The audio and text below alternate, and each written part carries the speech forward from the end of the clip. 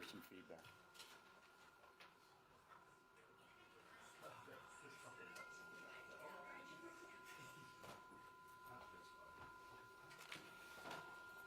You know, you got a powerful name, don't you? I do. You know that. I don't know that. So is your name Ronald? Yeah. Well, yes.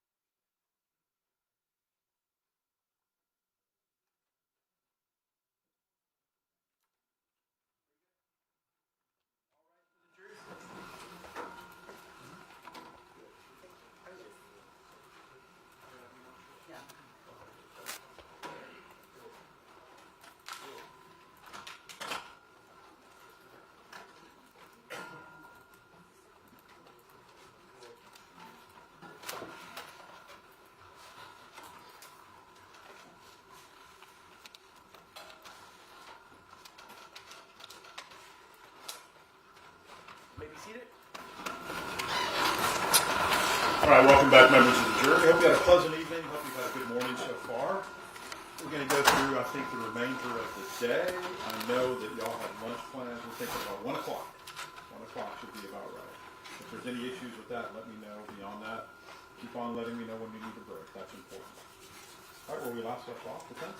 Thank you, Judge. Okay, so Dr. Elliott, I guess I want to go back to a few things that the state cross-examined Angeles about. And so you remember that part of the presentation where I guess there was a discussion about how far away in the first volley Ms. Perez was from the back, I guess from Sergeant Flores. Yes. Okay. And Nicholas, can we kind of show the distances? Okay. So, I think first of all, you're on a as well. Yes. So first of all, you weren't here. You weren't here earlier, but Mr. Cifuentes has been from the very beginning because we didn't have this nice presentation until you heard Angela say it was finalized a couple of days ago. Right? But what Ben had been doing from the beginning is he used that screen as a reference. And so what he said and what he was talking to Detective Soto about is he said that you can tell that Sergeant Flores was in front of that window by where he was positioned with the screen. Now, in this model, do you see the screen and Sergeant Flores at the corner of that screen? I do. Right, like he's stepping, and when he's stepping over, he's stepping at the corner of that screen, and we know by the placement of the screen that that's putting Sergeant Flores' head, back of his head, facing the window that Melissa Perez is in, right? Correct. So when Detective Soto said that he wasn't even in front of the window, and Ben had to correct him, Ben was right that Sergeant Flores was in front of the window. Right. You can physically see that Sergeant Flores is in front of the window. Right. So, and let's talk about these distances, because Mr. Harris what he was talking about is he said, look, that's 6.5 feet, and he tried to say Ben was wrong about what we've been saying since the beginning of the trial, but I want to walk through that because I don't think he gave Angelos a chance to explain it. When we talk about those distances, that's the distance from Melissa Perez's chest to the body cam facing the other way of Sergeant Flores. You agree with that? Correct. Just so that everybody understands, the measurements that are derived by Mr. Levaglu are all in accordance of where the position of the body camera is. Okay, so body camera to Mrs. Perez's chest for every. And Tom talked about the, I don't know, I feel the feedback, but I don't know where it is. I thought it was my hearing aids, but there is feedback in here. I have no idea, but I'll look. I don't want to irritate everybody. I think it's this mic because That's you. It's you. it's this speaker here.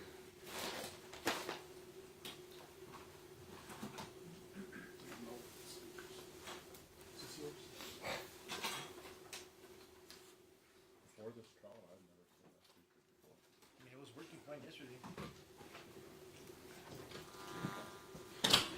It might be that. Okay, good, thank you.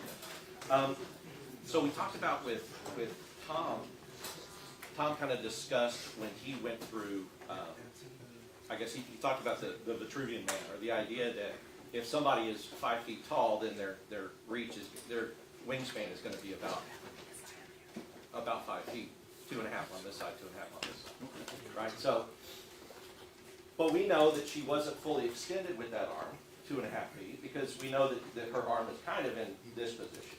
In a cock position. In a cock position, because that's how she hits the window. Correct. However, we do know that she is not, her chest is not up against that window. Correct. You can physically see that her chest is not up against the window. Right. So if she's a foot back from the window and striking the window with the hammer, what Ben has pointed out the entire time was the distance from the hammer to the back of Sergeant Flores' head, right? And that's going to be a different distance than that 6.5 feet. Correct. It's the hammer, just so that you understand, it's the hammer that is going to create the injury, okay, not the person's chest or their head. Right. And so, if we took the amount of space that she is, that her chest is from the window, the hammer is at the window, and we know because it contacted the window. And then we took the amount of room or space, because there is a, you know, me probably wider than him, but there is an amount of space here, up to 6 inches maybe, that is between the body camera facing the other way and the hammer, Correct. right? And so, if you took those distances out, you would still be looking at like 5 feet or maybe less. You agree with that? Okay, so then when Ben, from the beginning of this trial, without the benefit of any of this, has said that the distance from the hammer to the back of Alejandro Sargent's head was 5 feet or less, he was correct about that. Absolutely. All right, so, now I want to talk about the, can we play the video? So I want to talk from Sergeant Thompson's video. Sergeant Thompson, Officer Thompson. Officer Thompson's video, because Travis Thompson, you were able to review Travis Thompson's video, right? Yes. Okay, so if we could play this clip from it, and hopefully it sounds on.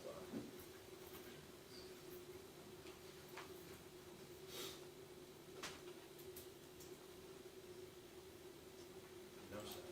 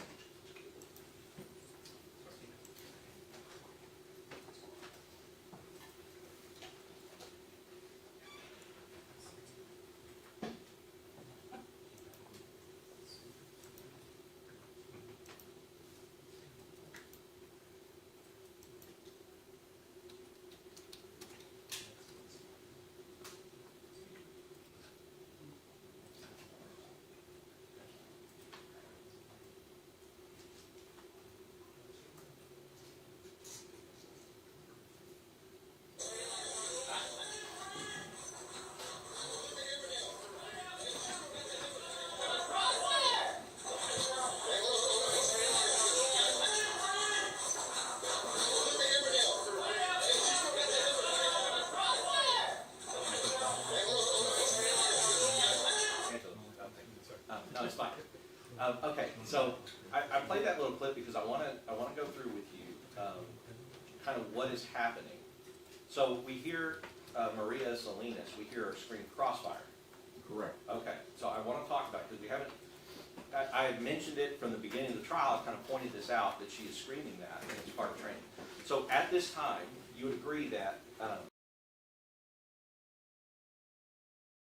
Thompson coming in the front, or I guess coming in that porch door, right? That's correct. And at the same time, you have officers coming from the back, and they're coming up this way, right?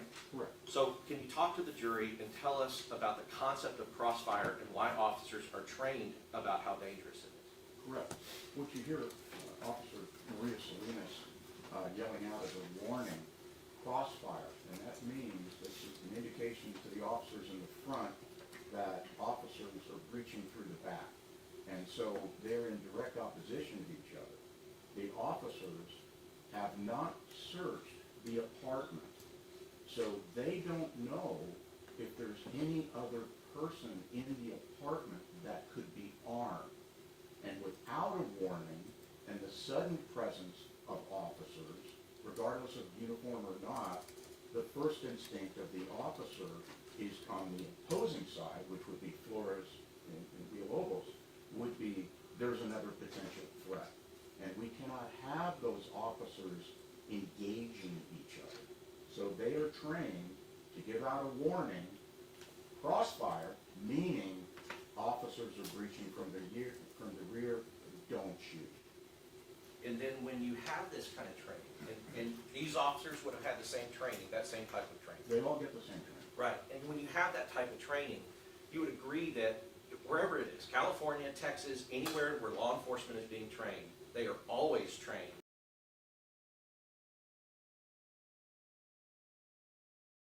Absolutely, that's standard pistol craft and officer safety.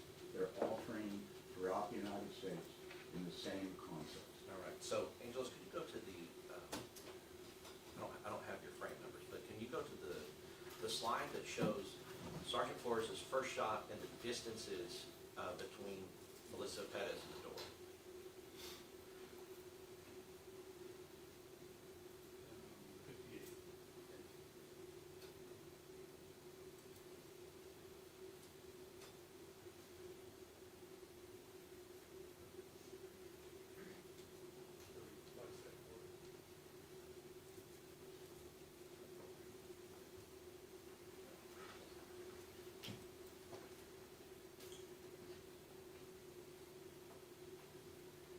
Okay. I think it's 35 seconds. And can we get those distances up there?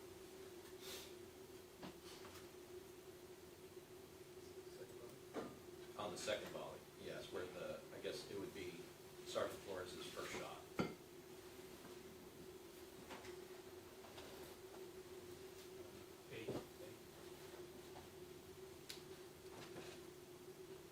Okay. All right. Now, this is what I want to discuss, and I'm going to use Your Honor, may I use the well and for demonstrative? Yes. Okay, so I'm going to use this gun. We've talked about it. It may be pointed in different people's direction. It's plastic. It cannot be fired. It is not dangerous. I would not ever point an actual firearm in this situation or any situation at anybody. But in order for this demonstration, it may point at people, you understand? Okay. So when we talk about, and just as an aside, we saw that what was actually measured after Angelos went and did his 3D imaging of the scene and got all his points and got all his dots, what was actually measured was 16.1 feet, right? Correct. So Mr. Nisbet, doing basically high school geometry, had come up with the number of 16 feet without having the benefit of this, and he did his demonstration of 16 feet that was with a tape measure. But you would agree that his calculation of 16 feet is almost exactly what the actual calculation was of how far she moved. Yeah, you did a pretty good job. Yeah, so, all right, so now, as far as, because we've been talking about, Mr. Harris was talking about the distance between her and the people who are shooting, but we've really been pointing out the distance from her to the door. So I want to talk about that in terms of crossfire. Now, if she is able to get out of that door, does that put her between Sergeant Flores and Officer Villalobos? It absolutely does. Right.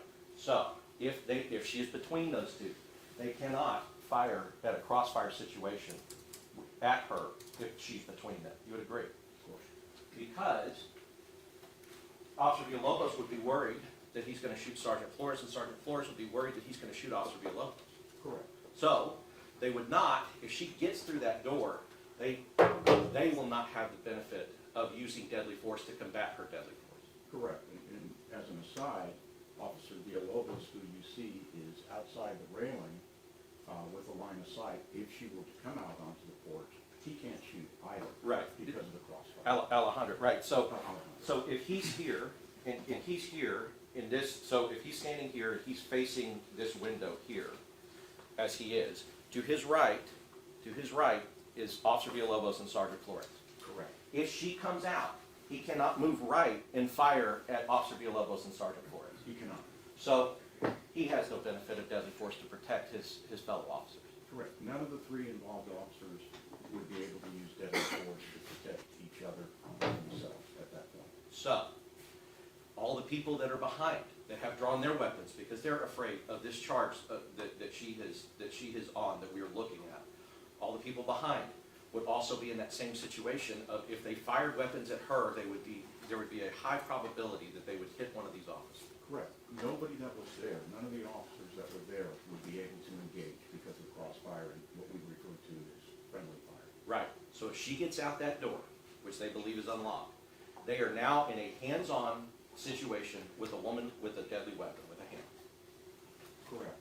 And I agree. Eventually, they would all hands-on, dogpile on her, or do whatever they need to do to try. But in that situation, a melee situation, tell us what the risks are and the dangers. Well, first of all, it's going to be, utter chaos out there. The next thing, we just don't have like a civilian with a hammer. We have a person who's a trained roofer with their favorite tool of work, which they're very competent in using. I would suggest probably if you're a roofer and you're using a hammer every single day, all day long, you're probably more competent with a hammer than the officers are with a hammer. And once that woman gets outside, it becomes extremely dynamic because she can strike bilaterally. She can go right to left. And as we've seen with the hammer, you have the claw on one end and you have the striking surface on the other. So all she has to do is just wield that hammer very, very quickly before they can even react to it. Because remember, we talked about the overloop. So just picture somebody being on that.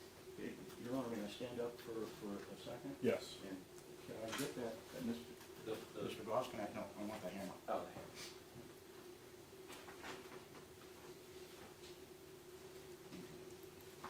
Let me just go back over one thing on overloop. We're going to do a really easy game that you played with kids, right? So remember this, I'm going to hit your hand, move your hand before I hit it. Okay, so remember, you're always getting your hand hit. And the reason that you're always getting your hand hit is because the actor, the person that's going to hit your hand, they only have to do one thing, hit your hand. What you have to do is four things. You have to watch the hand, you have to judge in orientation when the hand is going to hit your hand, then you have to make the decision to move your hand, and then you have to move your hand. So you have to do four things, they only have to do one thing. Now, instead of a hand, let's put a hammer in there. And let's put an officer on either side of Ms. Perez in very close contact. We're talking a foot, half a foot, 2 feet at most, and she's in there. She's also shorter than them, and so now they have to look down, and she's moving this hammer back and forth and back and forth. Think about your ability while this hammer is moving rapidly back and forth to be able to see it, to orient, and to try to block it or do something. Because the only thing you can do in hand-to-hand combat is, at that point, block. You can't access any weaponry that you have. It's gone. This is true hand-to-hand combat. The difference is the officers are going to be completely disarmed, and they're fighting against a very dynamic, very aggressive, goal-oriented person that is wielding a deadly weapon. That's the situation that you have. And so our focus on the door at this point, and when Mr. Nisbet did his demonstrative or his demonstration with Soto, at this point, if she's at 3.7 feet from the door, she gets out of that door, and this whole thing is going to blow up. Oh, absolutely. Right. And so, and they know that because they've been trained that if she gets out, she's going to be between them, and they can't try to shoot her if she's attacking them with the hammer because they can shoot each other, right? Correct. And so, and just as a note, Angela's done a great job with all of this. This is something that they could have done. This whole presentation about where the distances were going out with a Leica scanner or some similar kind of scanner and getting all these data points. They could, the DA's office could have done that. Sure, they could have used their equipment, they could have gone to Bear County and used their equipment, they could have contacted DPS and the Texas Rangers and used their forensic equipment, and they could have also hired a private company like mine that does this for a living. So they had all sorts of opportunities, and by the way, not only did they have this opportunity at the time that this initial investigation took place, that they've had all these months, in what, almost, what, 2 years? a couple of years, to do this. And they didn't do it. And they could have done it at any time during the process after these officers were charged, just to double check the accuracy or inaccuracy of their work. And so the, as far as them being able to do it, I mean, we would have seen these distances. The way that we have it and the way that we presented it, and I want to just make it clear, we've been able to see like shot to shot to shot, and we've been able to spend minutes, half a minute, 2 minutes, 3 minutes. But just as a reminder, all of these shots are occurring within like a second or two, is what's happening. Yeah. Right? And so, Officer Alejandro was the only one that fired in the first volley, as we explained, because he needed to protect Sergeant Flores. And that's happening very rapidly. And then as she's coming back, all the shots that are happening within a few seconds. I would agree. Right. And so we have the benefit of being able to do this, but I would not want it to be, I would not want anyone to be under the impression that they have all of this kind of time that we have to go back and look at it. And you would agree with that? Correct. And that kind of goes back to your OTA loop and everything else. I mean, these are decisions that are being made within a second a lot of times. And sometimes milliseconds. Right, and so and we talked about that 3.7 feet to the door. And so the 3.7 feet to the door, I believe you said, and I don't know exactly, but I believe you said that she was moving, at some time she was moving at 9 feet per second, and sometimes she was moving at like 6 feet per second. Correct. Right, so if you took whatever time this is, I think this might have been the 6 feet per second time, but even at that, and I think it's right there too, 6.6 feet per second is on that frame. What that means is that in half a second, from the time that Sergeant Flores shoots, in half a second, she's gonna be at that door, right? That's correct. Right. That's accurate. And so, we talked about, if she gets to that door, all of this is out. And so now they're gonna be in an unarmed, hand-to-hand combat with somebody with a hammer. Yes, there's no doubt about this. So and as far as in their, and it goes back to their mindset, and I guess it goes back to Detective Soto's mindset. Now, Detective Soto said, Your Honor, may I press the pause button? Yes.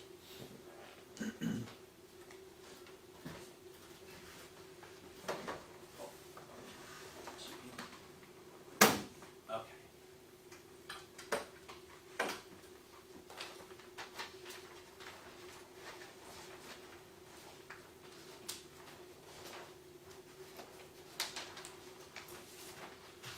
So when Detective Soto in his warrant affidavit to arrest these officers for murder, he said there was a wall, a window blocked by a television, and a locked door.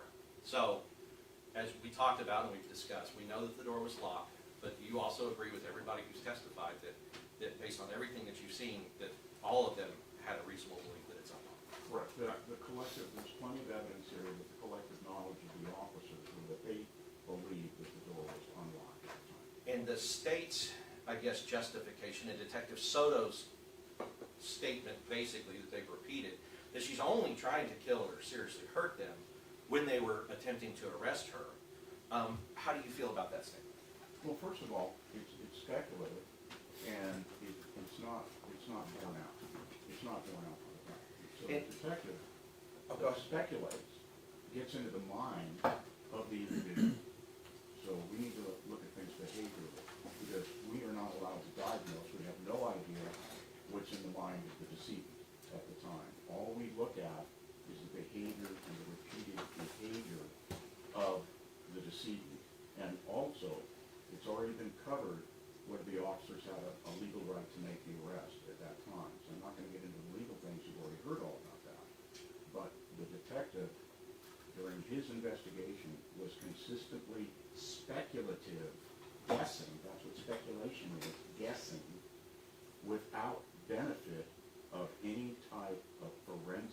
facts to support what his opinion was at the time. And as far as, because I know that you have maintained your ties with the law enforcement community. You are a law enforcement officer yourself. As far as this idea that if Melissa Perez had hit and killed any of these officers with that hammer, that she would have been justified in doing so. What is that kind of idea? What does that do to the law enforcement community? Well, we live in a very difficult time. I think everybody agrees that. I've got a first responder family. I've got a police officer in my family, one of my sons, and it's very demoralizing. Very, very demoralizing. This is a very difficult job, ladies and gentlemen, and law enforcement officers get stuck with all of the problems that are created by politicians and legislatures. You know, we're talking about mental health. You know, the judge earlier today was talking about mental health docket.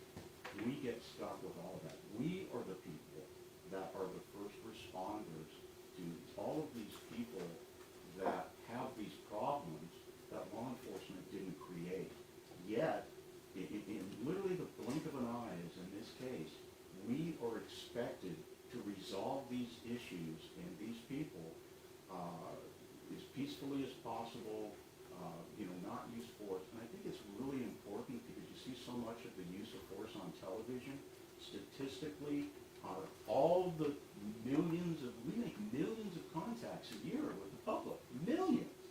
And out of all these millions of contacts with the public, under very diverse circumstances, force, meaning physical force, is only used 1.6% of the time out of all these millions of contacts. And officer-involved shootings, the statistic, you can't even reach the statistic, it's so small.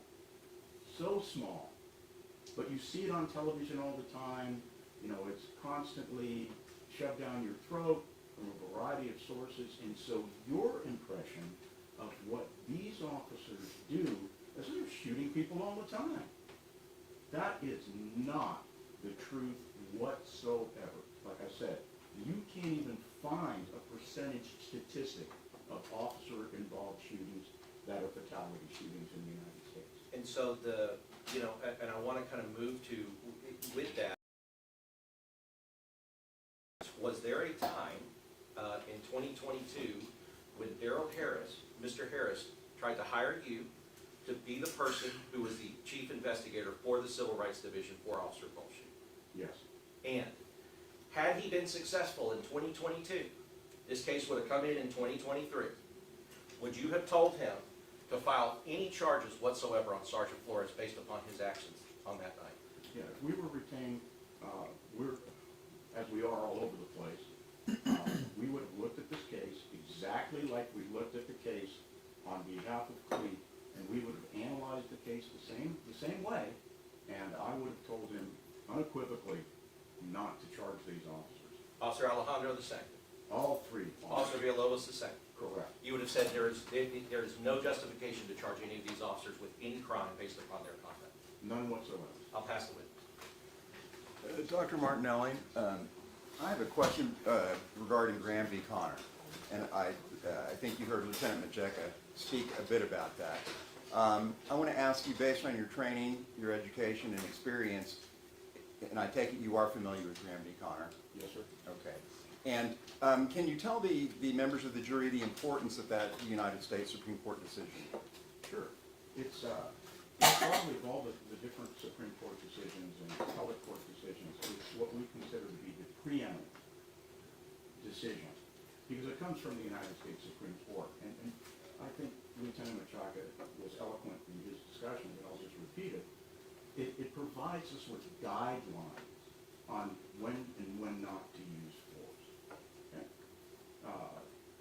And so these guidelines are not only taught in the state of Texas, but they are taught nationally. And so it's referred to, in my line of work, it's referred to as a codified, it's a recognized all over the country, accepted, applied, and trained law enforcement practice.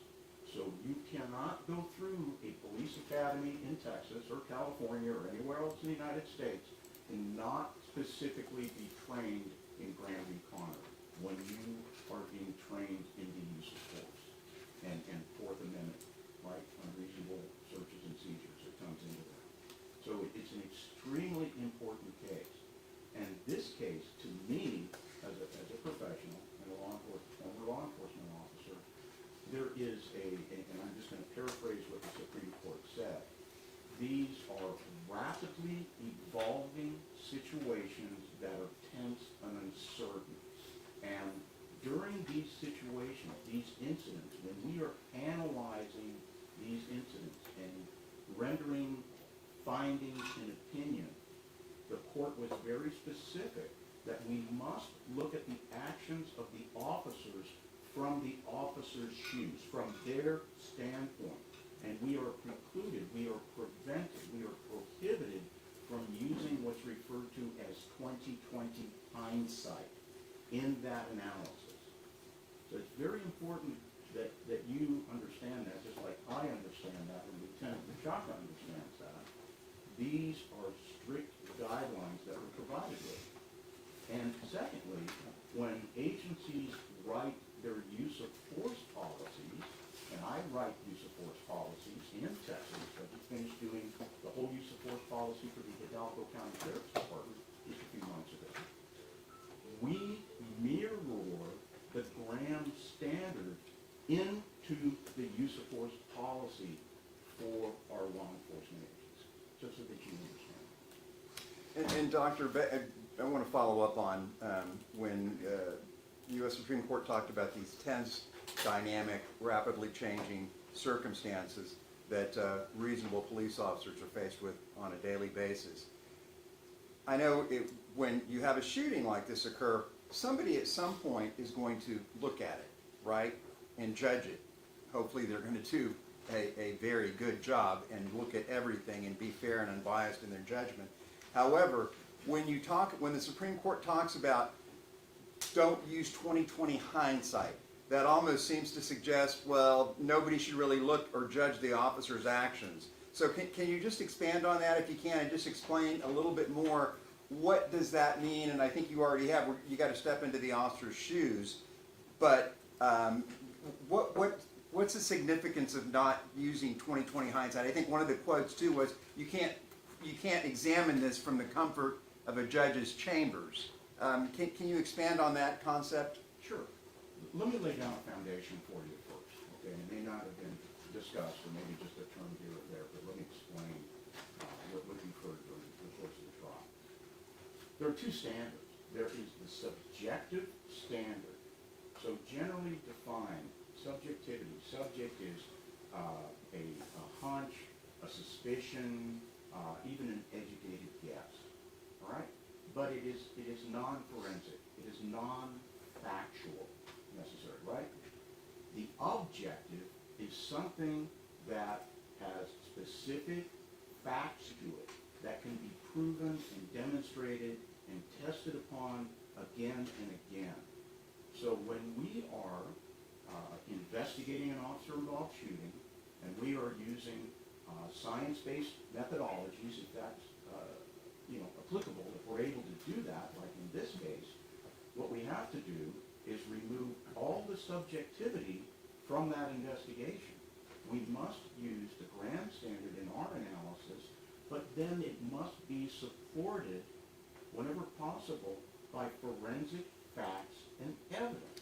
And so in this case, as you've been seeing, especially yesterday with Mr. Lalalu's presentation, we have been able to use applied science, well-regarded, peer-reviewed, tested time and time and again, very accurate applied science of photogrammetry and audio video and analysis to get the forensic facts that we need, so that when we look back at that Graham standard through the eyes of the officers, we can tell you whether or not, accurately, we can tell you whether or not the facts, the objective facts and evidence support what the officers have stated. stated as to their justification of shooting in the moments that they fired. That's what this is all about. Did I handle that okay? Yes, for you, sir. Counsel? Yes, sir. And lastly, because obviously we're all human and only human, is there anything that we have not asked you, or that any testimony you think needs correcting or elucidating more for the jury? Anything? Yeah, I'll just leave you with this before the prosecution asking, their questions. There are basically two arguments, the way I see this, my personal opinion. There are basically two arguments. One is an emotional argument. Where you can feel sorry for Ms. Perez. I don't think anybody in the courtroom here doesn't feel sorry for Ms. Perez. But that's an emotional argument. And what we practice, and what I suggest needs to be practiced, is stepping away from an emotional argument and looking at the actual proven facts and forensic evidence. Because that's how we determine whether or not the officers acted as the Supreme Court wants them to do, and the state, Texas, wants them to do, in an objectively reasonable manner. And so when we do that, we have to move the emotions out of the way, and we look at what the truth is that can be proven. That's all little advice. That's all I'd like to share with you. Thank you, Dr. Martinelli. We pass it on, Mr. Thank you, Counselor. May I go? Yes. Good morning, Dr. Martinelli. How are you? Good morning, sir. How are you? My name is David Linden. I'm an officer with the state of Texas, right? Yes, sir. You've been affiliated with law enforcement for how many years? I started in 1975. 50? Yeah, I'm coming up to the big 50. Okay. Like Lieutenant Majeka, you had used words like us multiple times when referring to police officers and their training and the like, and the things that they experience. Would you agree with that? Yes, I've said the word us. And your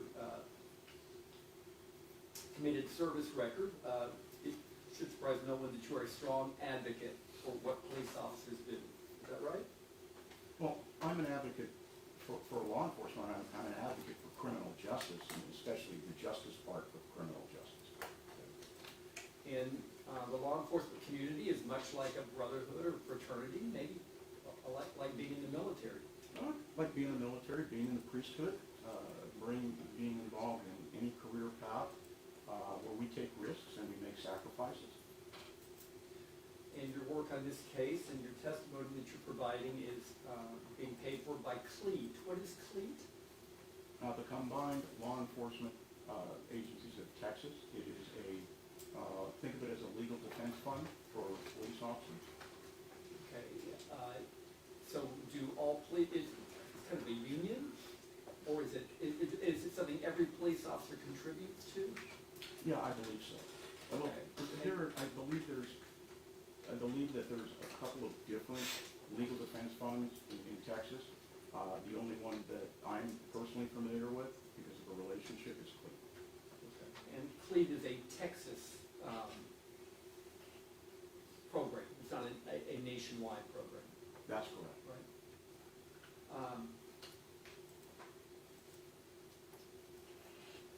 And, I mean, how many hours have you worked on this?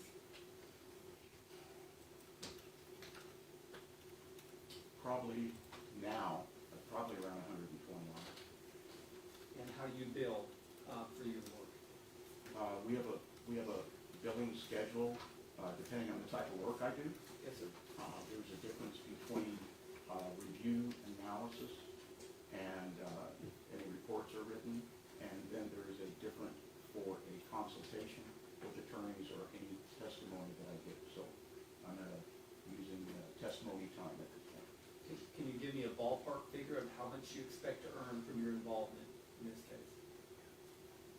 Well, I can only tell you about how many hours, and I think I have. I've spent somewhere around 120 hours in hourly rate, then your minimum hourly rate for what you're doing. Sure, but first of all, let me say this, I'm a salaried employee, I own a corporation, so I'm a salaried employee. So it's not like all of this money is coming to, Ron Mark money, it comes to a company. But I can answer your question directly. Okay. For analysis, review, and report writing, I charge $400 an hour, and for testimony and consultation, it's at $500 an hour.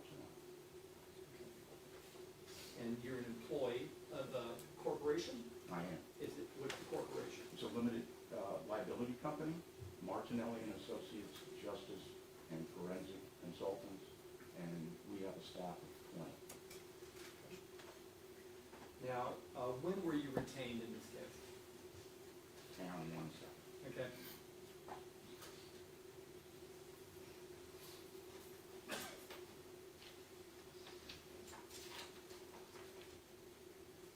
On October 16th, 1923. I mean, 2023. 2023, October 16th, 2023? Correct. And when did you get the discovery materials to review?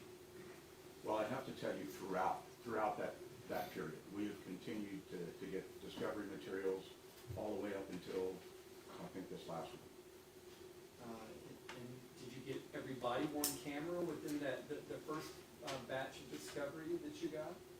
I can't tell you exactly, but I can tell you that we received all of the BWCs in this case. Okay. And then how long after watching all the body-worn cameras and reading the discovery materials were you able to form an opinion as to whether or not the officer's conduct was reasonable in shooting at Melissa Perez?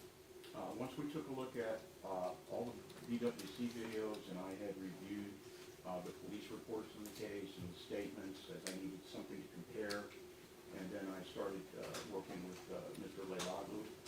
We'd actually gone out to the scene together to do the scan. Once we started working together for the analysis, I was able to render some preliminary findings that supported the officer's justification for using force against Ms. Perez. So is it your testimony then that you weren't able to form that opinion until you got the results of Mr. Leilaglu's work? Right, because as I discussed, my work is objective. I have to use the science to help me with the analysis of what's happening. You just can't, because if you just take a look at the BWCs without the science and the analysis being done, you can make very quick judgments. And a great example is Detective Soto, right? And that's not us. We don't do it that way. We use objective scientific analysis to render findings and opinions. You talked about your career as a patrolman, field training officer, supervisor, training coordinator. You did tours in special crimes, working undercover, as well as experiencing high-risk entries. Is that right? Yes. Tell us what a high-risk entry is. Anytime that you are reaching into a location with other officers and you're armed and you believe other people inside that premise might be armed, that's considered to be a high-risk entry. And to participate in that practice, did it require any specialized training? It does, yes. Right, I mean, you wouldn't task an officer with the responsibility of doing that unless you had trained them as a department, right? Yes, the officers receive officer safety training, they receive breaching training, they train in weaponry, and they understand what the basic high-risk entry is. So let's separate the different types of high-risk entries, right? So this case was, if they were able to accomplish it, this would have been defined as a high-risk entry. Entries to effect warrant arrests is another type of high-risk entry. Another time would be what we call a reaming entry, or we're in fresh pursuit after a fleeing felon who might be armed with whatever, or going into a premise with breaching, which means entering, forcibly entering a residence. That's another high-risk entry. And then also special weapons and tactics, and what we call operators, that you see on television all the time. They're all geared up. They got all of that stuff. I got the Bearcat, all of the fun tools. That's another type of high-risk entry. So there's several different types of high-risk entry. all those operations of a high-risk entry, the objective is that no officers get hurt and no people inside get hurt, right? Hopefully, that's the objective, if we can accomplish it. Sometimes we can, the majority of the time we can, other times we can't. You know, I kind of liken it to dog catchers, right? Animal care services or people that do our dog catching here in town, right? And they're trained to be able to remove an unruly stray from the street without hurting the animal and hurting themselves. Would you agree? You know, my dad was a veterinarian, I had a lot of experience being bitten by dogs.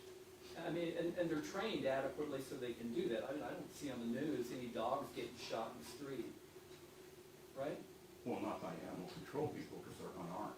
Yeah. They're able to accomplish that task unarmed. Yeah, but often they get bit. Yeah.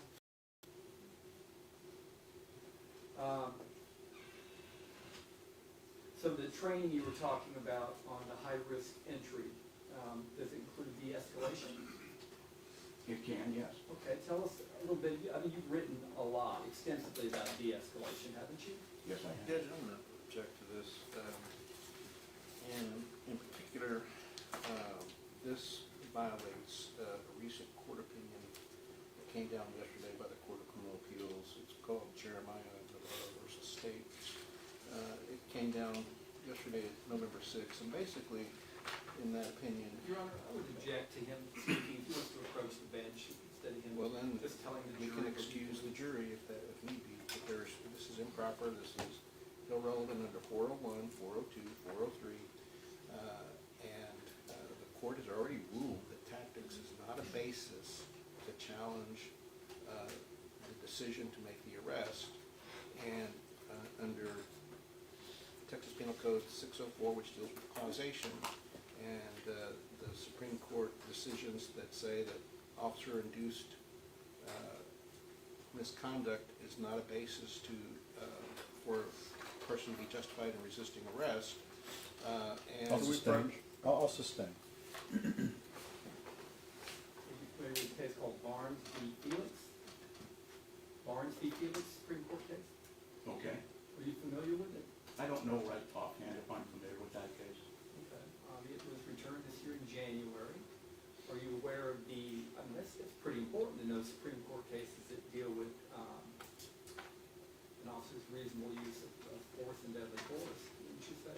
Yeah, I think I would refer to Broughton v. Texas, which is a Texas State Court of Appeals case, which discusses the same guidelines for the use of force.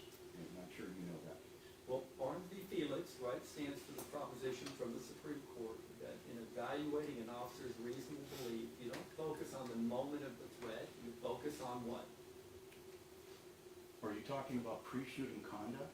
I'm talking about the totality of circumstances that came from Graham v. Connor, right? I understand that, but what we're dealing with is the moment. If you want to talk about Graham, then we're going to talk about in the moment, because Texas is an in-the-moment state. It's not a Ninth Circuit Court of Appeals case where we're dealing with pre-shooting conduct. Well, I don't know. Are you not familiar with Barnes v. Felix then, the Supreme Court case? If you would like to parse it out for me, Counselor, and you'd like to ask my opinions on that, I'm more than happy to help. Okay. Well, Graham v. Connor talked about the totality of circumstances, right? It did. In evaluating the officer's conduct, right? Yes, sir. And Barnes v. Felix modified that opinion by saying you don't look at it. I'm going to object, Your In Honor. just a moment. I'm going to object. That's a misstatement of what Barnes v. Felix said, and you cannot misstate what the Supreme Court said in Barnes v. Felix. And if you want to excuse the jury, I can explain and address that issue. And I think it's also getting dangerously close to opening the door to our judicial notice under Motion 202. I was thinking that same thing. I'll sustain. In the training that officers receive in conducting high-risk entries, are they trained in the use of non-lethal and less lethal force? They are. They are? What kind of training do they receive regarding the use of those kinds of tools? Sure. For non-lethal force, then we talk about psychological presence, which is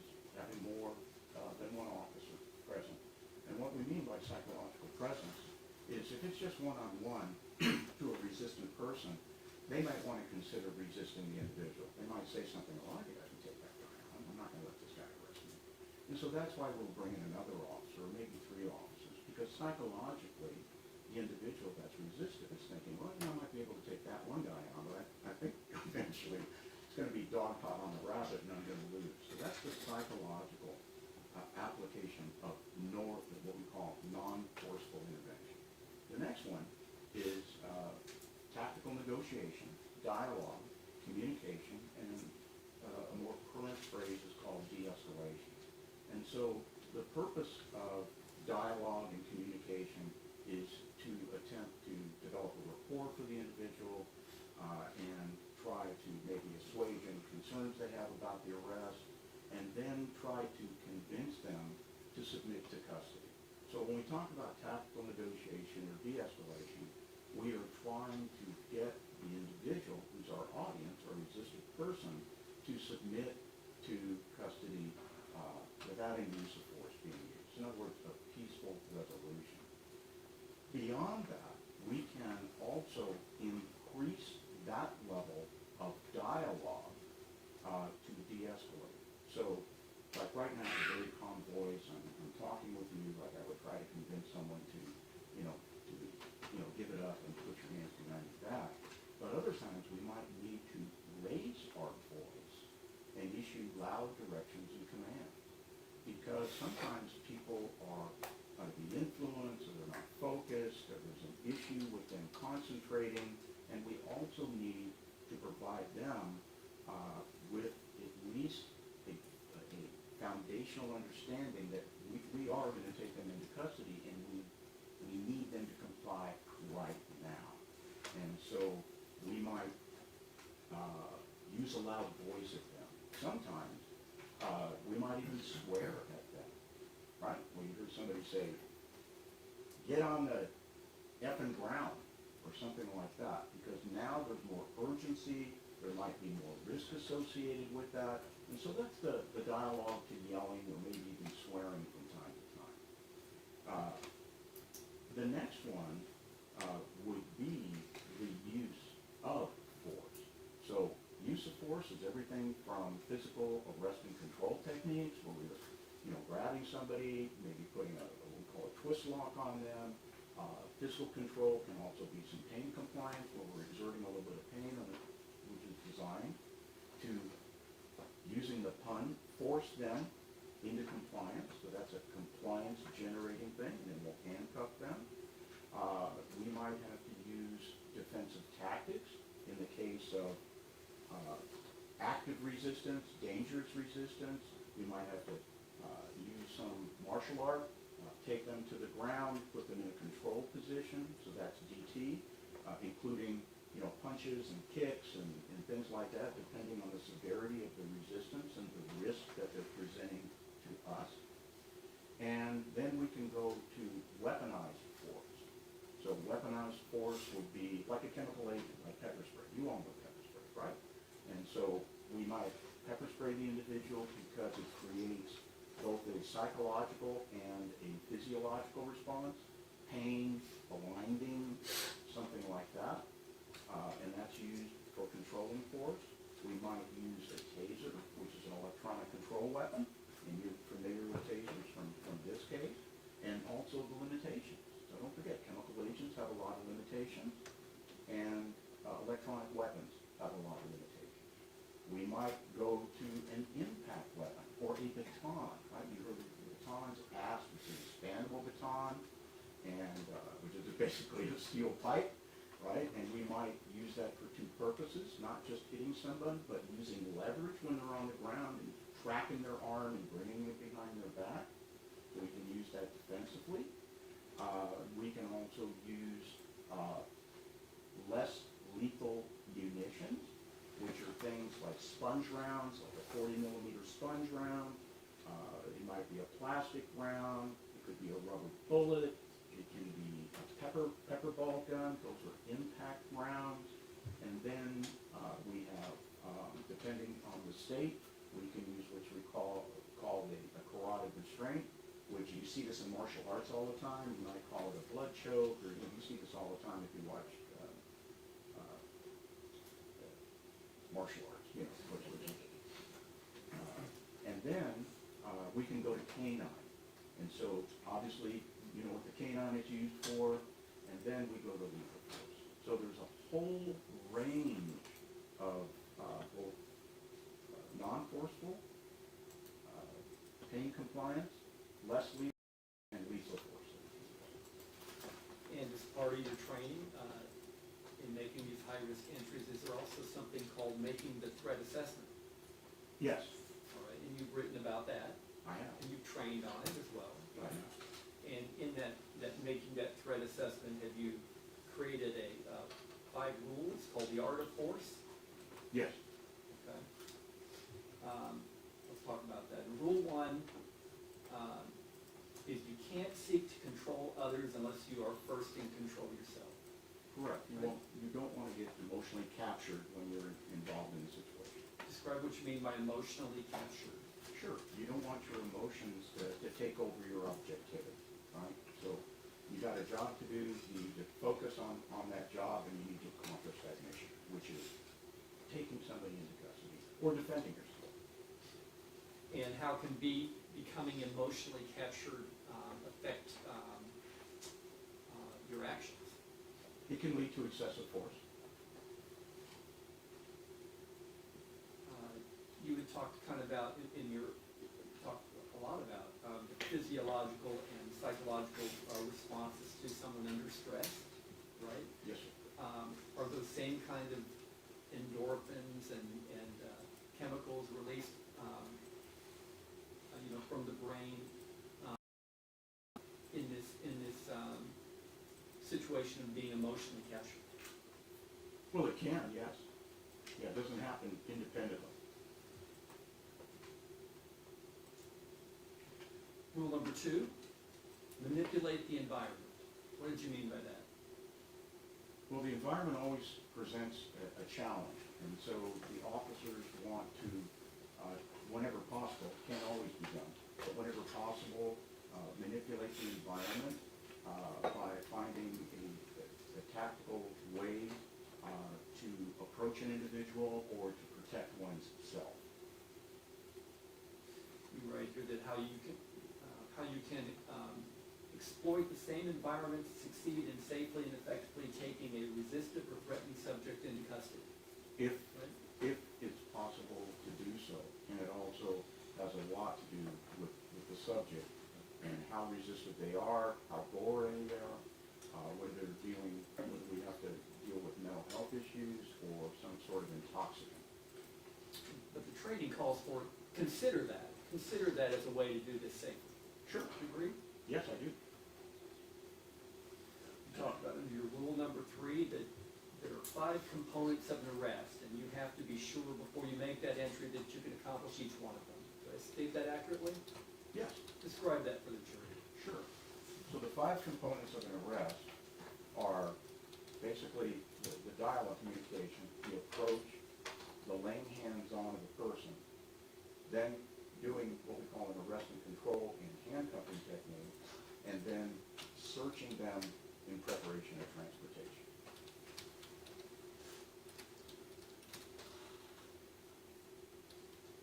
And you write here in this article, and say you write this article, but you train on this too. It's not just you wrote it in this article, right? That's true. I appreciate you reading my articles, Oh, by the way. Thank you. I haven't had anything else to do. You point out that after considering the circumstances, you believe that you cannot safely complete or accomplish all 5 of these arrest components. Don't attempt to make contact. If that's possible, yes, but sometimes we have to make contact. Well, if possible, right? You talked about Yeah, if that possible, leads us, sure. All that things leads are us to possible. the rule number 4, which is, well, actually, I can jump to rule 5 and come back to rule 4, but time is your friend. Time and distance are your friends, right? Yeah, so they can be your enemy. Yeah, we'll talk about that. Distance and cover are your friends? Is that your rule number 5? They can be, yes, we've talked about them. Okay, well, discuss with us how distance and cover can be your friends in approaching a situation where a high-risk entry is necessary. You want me to discuss that? Yes. Sure. I will just ask yes or no questions. Oh, okay, go ahead. What is your yes or no question? I said I'm not asking you a yes or no Oh, question. all right. I'm Sure. allowing you to discuss what you meant in approaching a high-risk entry and making a threat assessment about how distance and cover are your friends. Sure. And we can take this one, this particular thing. So, I think we've talked about this before. It's always better to try to take somebody on and arrest them. If that's the goal now, and you've made your decision that you're going to effect an arrest, it's always better, and I think you'd all agree, that you want to take somebody on when they're not armed, right? When they're not armed. And so, in preparation, you look at the resources that you have available to you, and then we also spent some time yesterday talking about preclusion, right? You can have the techniques, you can have the tactics, you can have the weapons, but if you're precluded by one thing or another to be able to use a certain technique, tactic, or weapon, then you need to move on. So we consider our resources, and there's been a lot of evidence here that the officers considered the resources, the supervisors considered the resources, and they made a rudimentary plan to enter the premise. And so they're looking at the environment. Okay, so in this particular case, there's been a lot of discussion about this glass door. And so remember that the collective knowledge of the involved officers was that that door had been unlocked by Officer Villalobos. And so when they are looking at a time to breach entry into that house, into that apartment, that small environment, they are waiting for an opportunity for Ms. Perez to be unarmed. Right? And if you saw, when they made their movements, they stayed back, they continually stayed back, they continued the dialogue, and then when they believed that she was unarmed, that's when they started making attempts to enter. But what happened then was Ms. Perez precluded them by continually assaulting her. So there was a plan, and they're following that methodology. You're right. Whenever possible, utilize and maintain distance and cover from any resistant and potentially violent subject you intend to arrest. You agree? I do, and they demonstrated that. And distance allows you to observe more and prevents visual distortion such as perceptual narrowing or tunnel vision. What do you mean by that? Well, you can obviously see more. Can I use a counselor for a second just to do a demonstration of what we're talking about? Sure, there's a volunteer just stood up. Great. Come on down. Promise not to hurt you. But I need you to stand. Okay, wherever you want. Okay. So let's do this for a second. Let's go really, really close. Okay? So how far down my body can you see?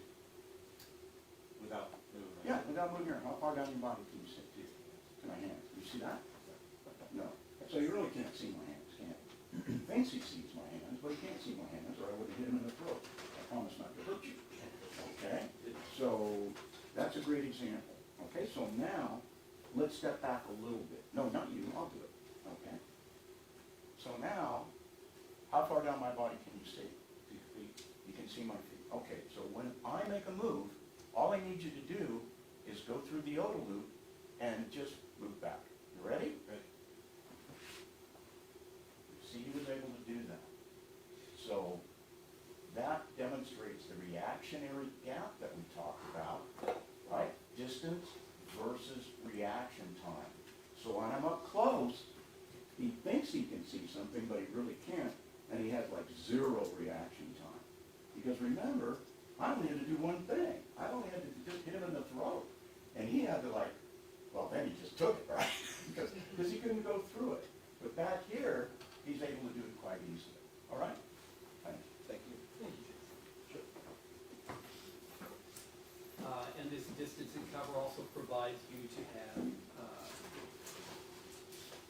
enhances your hearing, your situational awareness, and lengthens your reactionary gap. Kind of demonstrated those Yeah, things. we just demonstrated that. So it's a tactic for preparing yourself for what could happen, right? And not being caught by surprise. Correct. Right? You had mentioned that she had disarmed herself, but I mean, she had taken the weapon and set it down a few feet from her, Yeah, momentarily, yes. right? I mean, it wasn't in a lockbox. No, It was visible to everyone, right? I don't know if it was visible to everyone, but look, I'll agree with you, she set it down. And those, it wasn't visible, but I heard it from others saying this is where it was. right? Yes,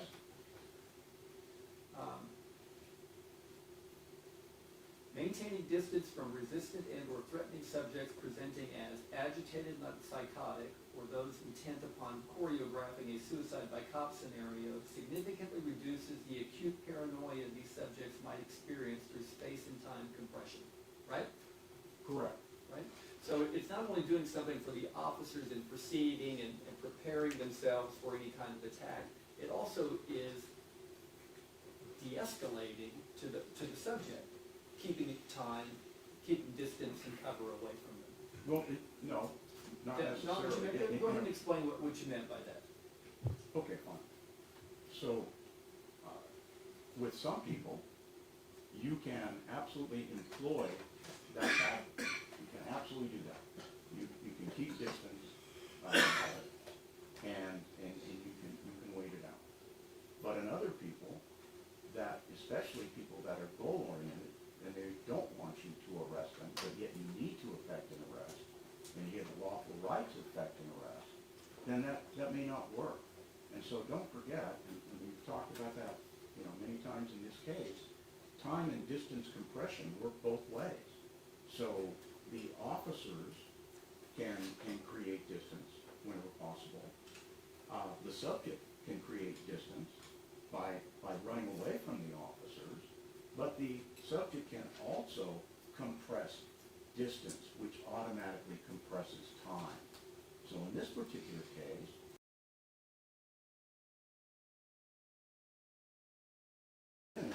you saw that he did every single thing that he could possibly do to create distance between himself and Ms. Perez. But Ms. Perez attacked him with the hammer, which caused the sergeant to get wedged into a corner, which forced a lethal defensive response. So, the whole time and distance compression works both ways. You written, again, in this article under Rule 4, that if at all possible, avoid this time compression you're talking about.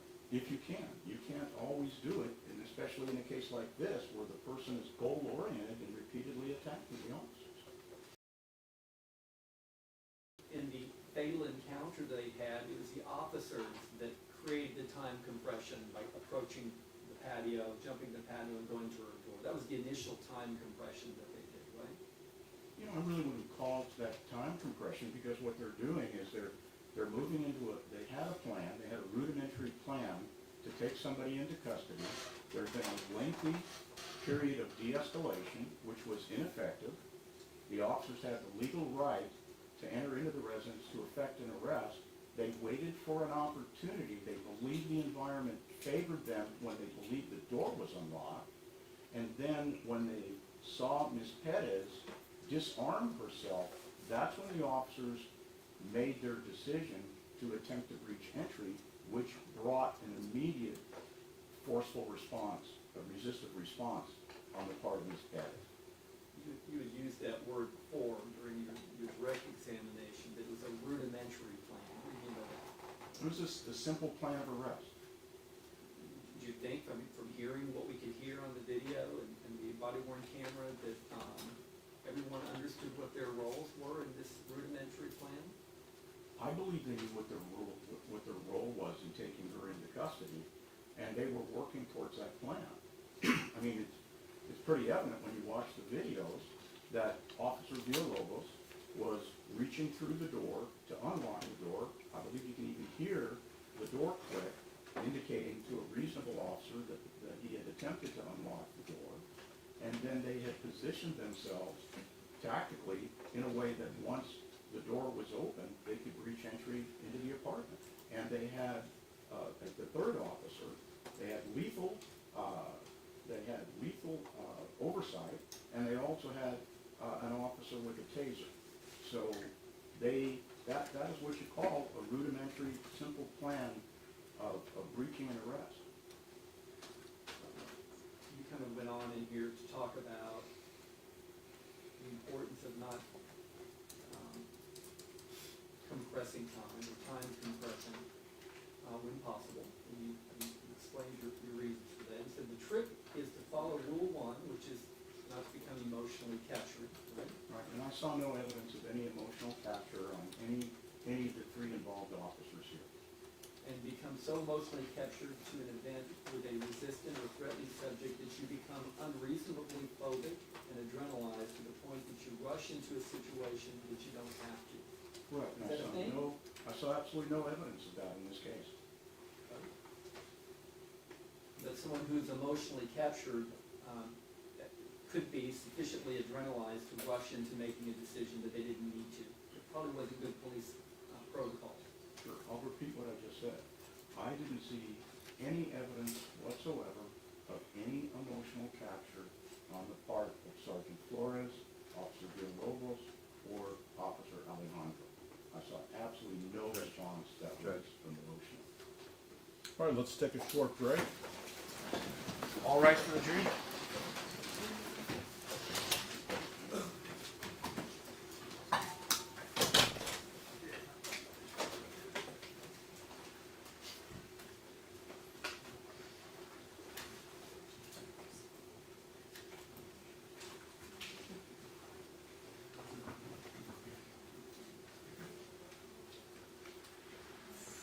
You may be seated.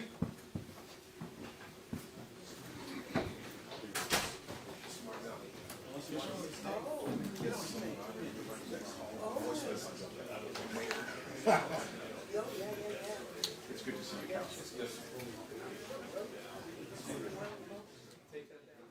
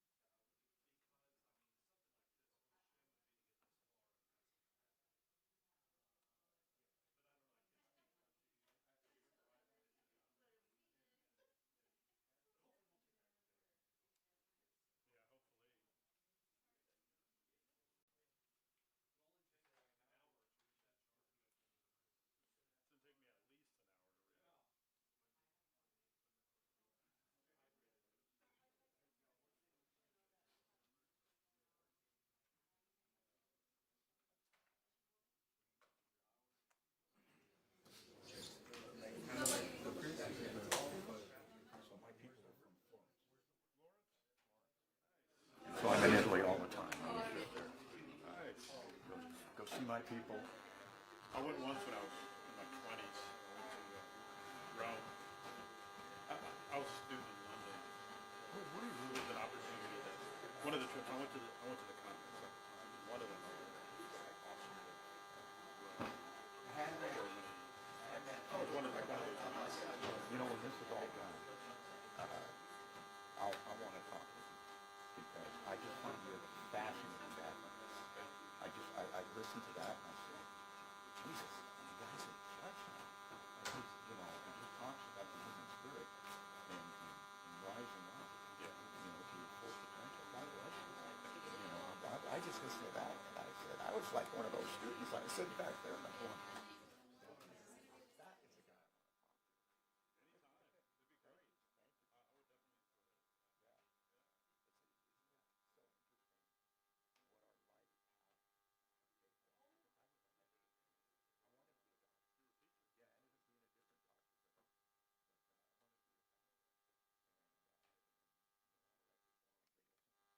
I ended up being a different doctor, but I wanted to be a doctor. And you know, I like to go and they listen to some talks and undergraduates and straight A's and 4.0 GPAs.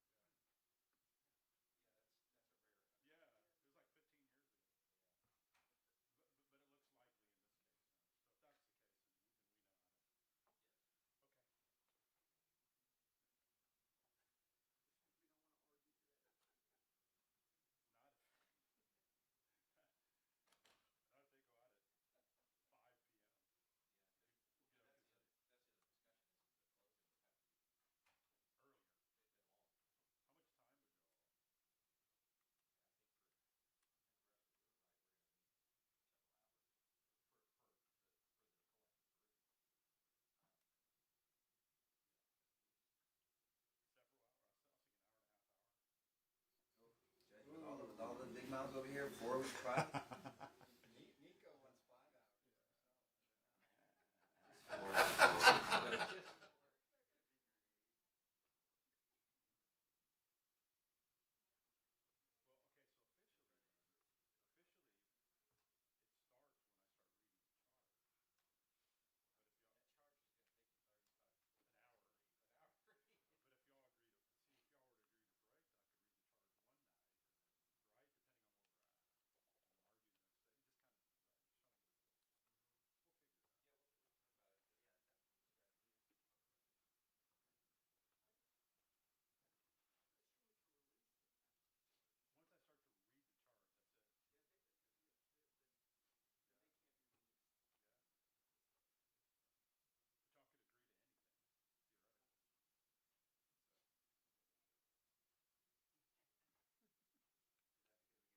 Yeah, we can talk about it, but yeah, that's the strategy. I'm not sure we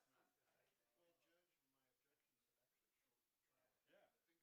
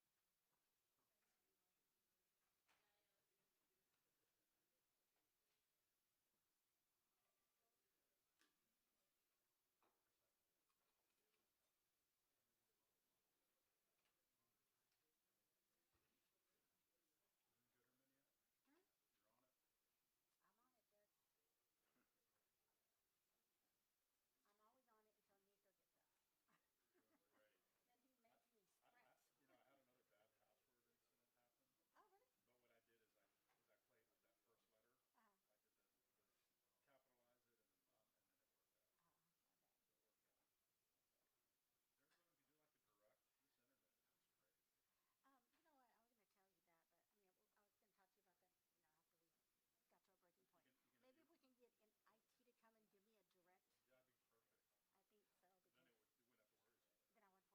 it breaking connection. So yeah. And you do intend to work for at least 3 more years. Oh, are you not? Yes, that's what I'm saying. Okay, yeah. I thought we did Or our we could numbers. set it up. Yes, yes. Yes. Well, I'm talking about, Oh, so you both bail out at the same time, right? Actually, I think we were within like a month or 2 of each other. So. perfect. That'll be perfect. I know. That works out then. That's a nice way to round it up. I just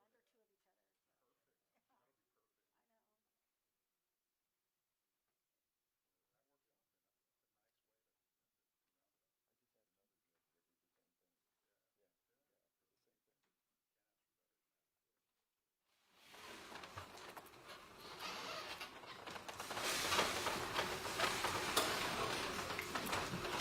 May be seated. All right, welcome back, members of the jury. Stay. Thank you, Judge. I don't want to refer to too many more of your articles, but you did write a few about the Tuller drill, right? I'm sorry, can you The repeat? Tuller drill, you've written articles and taught about the Tuller drill? Yes, You could mention a little bit of that on direct. That's correct. Right? This actual was first published, what was it, in the 1970s? When did the Tuller drill first come to mind? It was in the 70s, and it really, it started with then Sergeant Dennis Tuller from the Salt Lake City Police Department. And basically, he's a firearms trainer.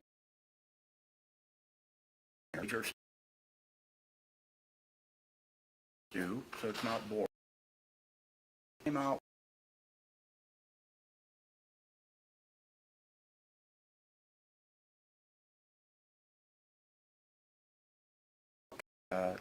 a bad guy with a rubber, about 20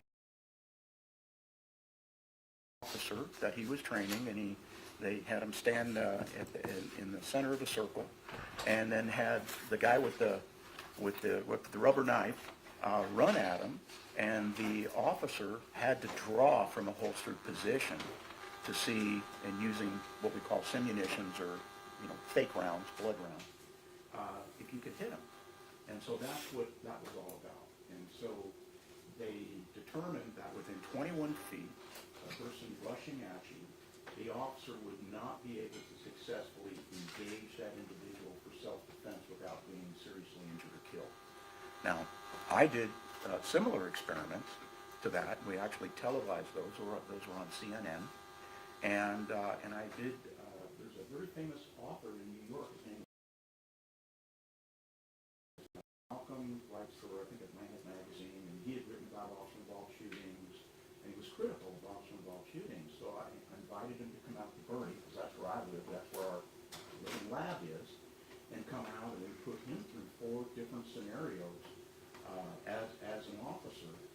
And when he shot when he shouldn't have shot, and at other times, when he was supposed to shoot and didn't shoot, he got killed. And so we took that and turned that into research, and then published an article based on that. So that's what the prosecutor's talking about. Yeah, and essentially, I think your critique of the Tudor drill is it's too simple, right? It didn't investigate the number of variables that would be involved in that kind of just 21-foot rule understanding for officers. Is that right? Yeah, that's correct. Very good. And what kind of variables did it not consider? It didn't consider experience, both time on the job where you've experienced acute threats. It had a lot to do with weapon handling skills. It had to do with holster. It had to do with, again, your pistol craft, and how many times you've been out to the range, or how many rounds you fire on a continuous basis.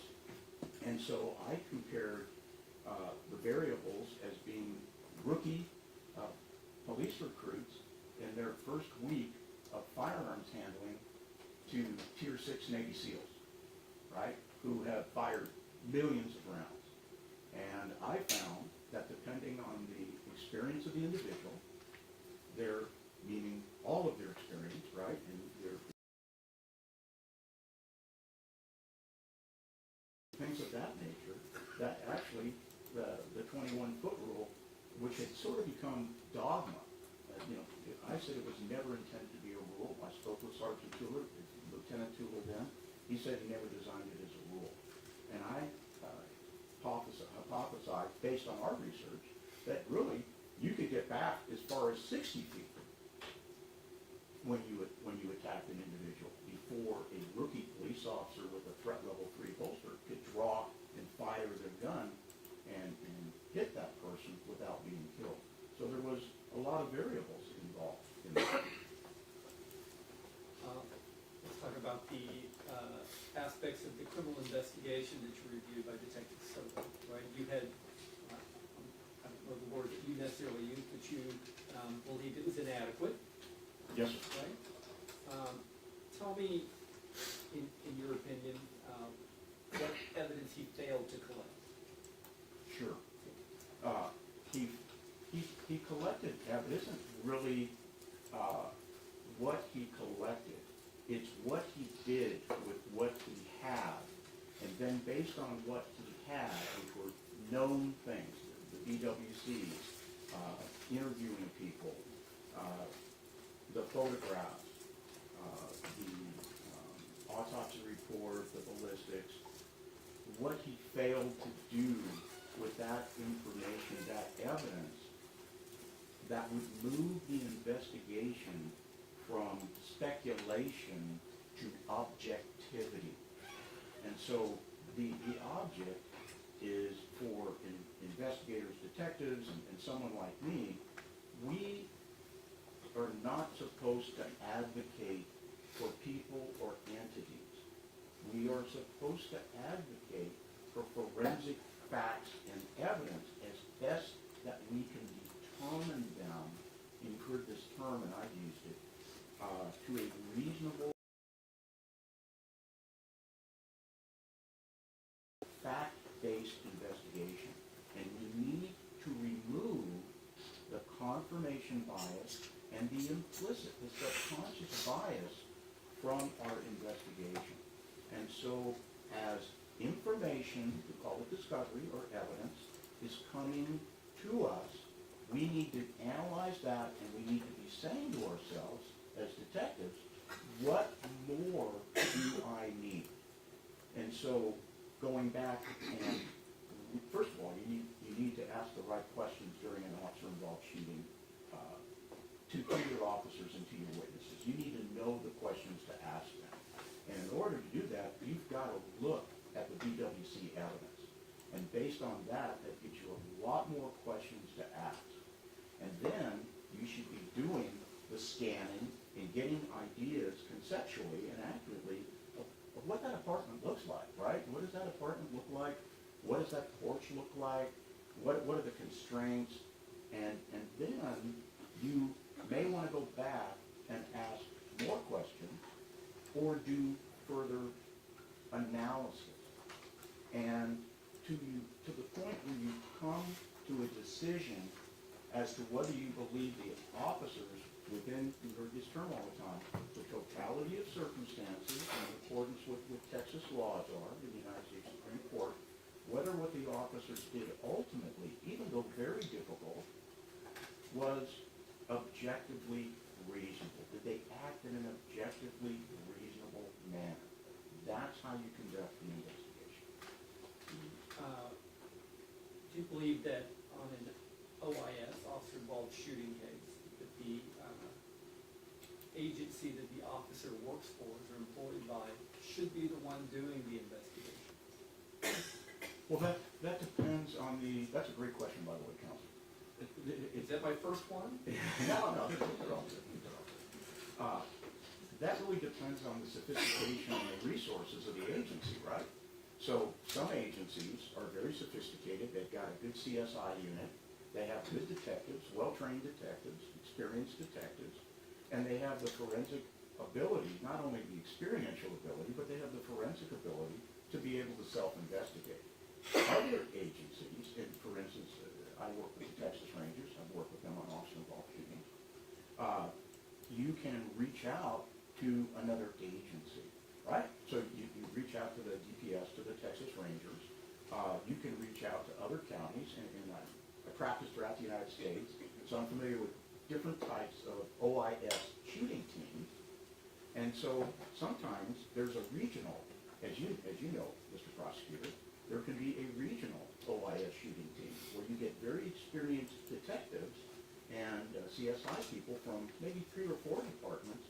They join together, and then in a joint task force relationship, they will investigate officer-involved shootings. When I work for the United States Department of Justice. I do strictly officer-involved shootings for them. They will also, besides maybe having the FBI look at the investigation, calling other professionals to check the work, to make sure that the United States government is doing it right.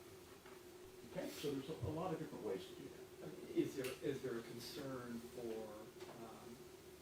bias involving when their own agency looks at their officer? Is that a concern in the law enforcement community? Oh, absolutely. This is a great example of bias, where the investigation was just in its infant stages, only hours old, and then my understanding in listening to the testimony was that the chief of police, Mr. McManus, made the decision through command staff, the upper echelon shooting, and that was apparently sent down the line to the investigators. And so there was a tremendous amount of conflict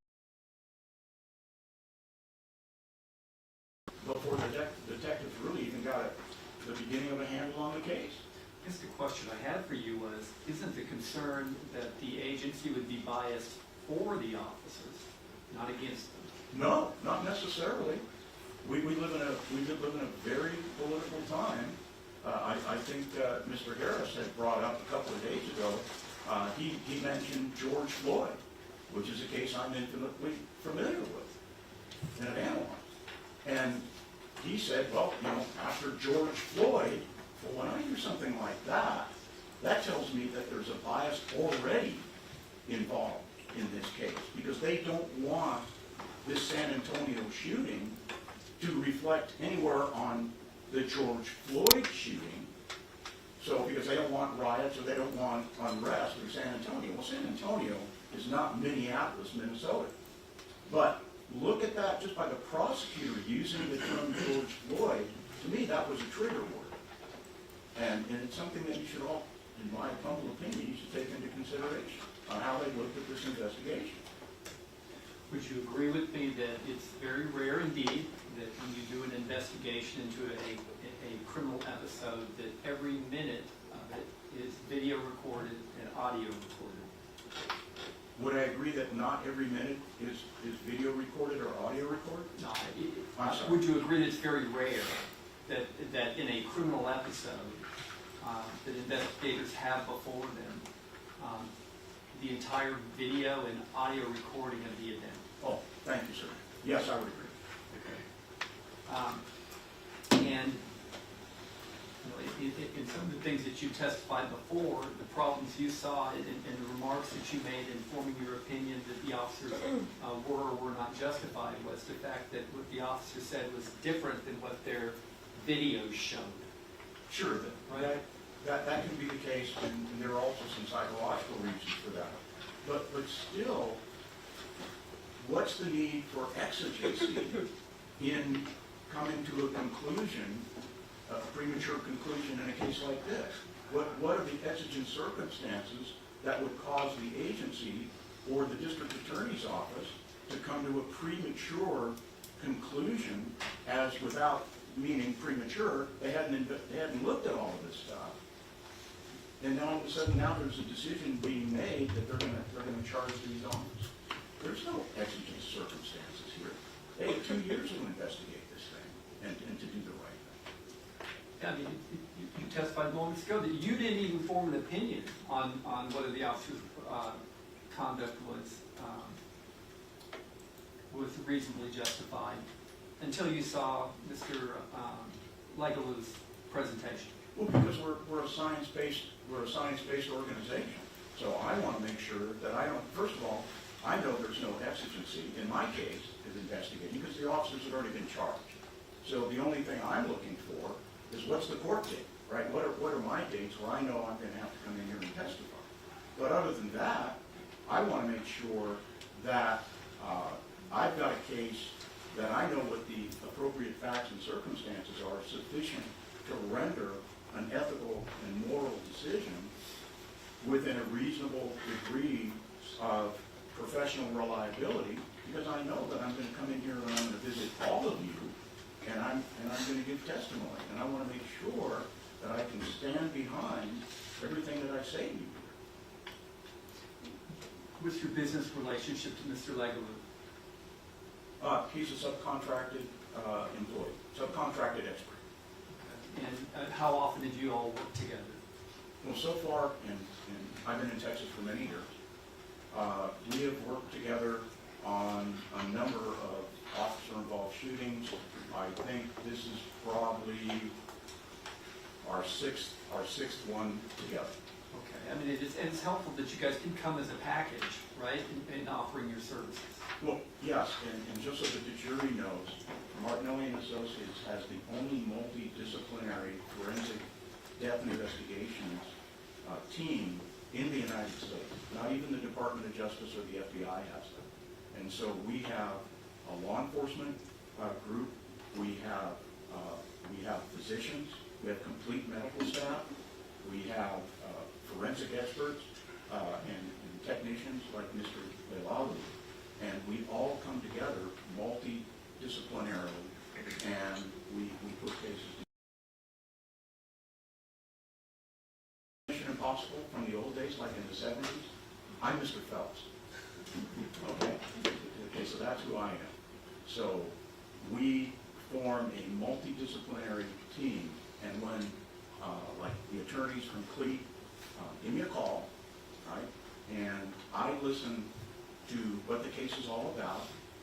I'm the guy that makes the decision of what team members I'm going to draw into the relationship to get the best and most accurate forensic product at the end. That's what I do. Would you agree with me that a person simply holding a hammer does not make that hammer a deadly weapon? In a static world, sure, the person just holding the hammer. It's how the person uses it through what we refer to as attendant circumstances. So it depends on, first of all, who the person is, right? Do they have the intent to do harm with it? That's an important consideration, right? Yeah, I will tell you yes, and non-diagnostically, we look at behavior, because behavior supports an opinion of whether or not the person is violent, or whether the person intends to use the instrument to pound some nails into a roof, or to injure or kill an officer. Are you aware that roofers use nail guns and not hammers? I'm not a roofer, but I've seen a lot of I think you roofers are. use hammers, believe you me. So a hammer probably, in the hands of a toddler, not as big of a danger as in the hands of somebody physically larger and more athletic, correct? That's an easy question. Well, I can see we're going to disparity of force here. Okay. I will tell you, yes, the answer to your question is a toddler holding a hammer is not a level of threat, is a grown, stocky woman who is a roofer wielding a hammer repeatedly and attacking officers. I mean, even if you don't even know she's a roofer. Doesn't matter. If she's holding that hammer, she's short, she's stocky. That's a reasonable threat of serious bodily injury or death. So to be a deadly threat, you need to find somebody with a hammer or an impact weapon such as that, right? That has the intent to seriously hurt someone, right? Has the ability to seriously hurt someone, and has the opportunity to seriously hurt someone. Would you agree with that? Yes, and that was the case in this case. All of those things were present. Okay. And then to use deadly force against such a person, an ordinary and prudent person, faced with a person holding a hammer, must wait until it's immediately necessary to protect themselves or another from an unlawful attack by that person. Is that correct? That's in the statement of the statute. It fails to include apparent danger. That's a Reason to statute. believe. Apparent danger is not in the statute. And to use deadly force against a person, I'm sorry, you talked about the physiological and psychological effects a human being faces, or manifests, I guess, when facing a threat to their life, right? Yes, Kind of the OODA loop thing that we're talking about, OODA loop. that's right. Say it right? Yes. Now, these kinds of effects, this kind of release of chemicals and endorphins and stimulants and those kind of things, they're not limited to just officers facing a fear of threat, right? It would happen to other people. It happens to everybody facing threats like that, right? Correct. I think it's fair to say that Ms. Perez experienced an adrenaline dump. Right? And having an adrenaline dump, does it affect her judgment? Sure it can. Right? Does it affect her actions? Yes. Affect her Just percent? using adrenaline can make a person far stronger than they are and much faster than they would normally do. Can it generate panic? Panic, well, we're talking about, yeah, I would agree with you. Sure. I mean, the described that as when Panic it is a- caused panic in the officer, right? No, correct. Could cause panic in the subject. Well, I didn't see panic in the place of the officers. I saw no panic on the part of Ms. Perez. I saw a person that was the opposite of hypervigilance. I mean, we talked about hypervigilance, right? Confusion, panic, freezing. You saw none of those three. Right? You saw aggressive attacking, repeatedly attacking movement by her.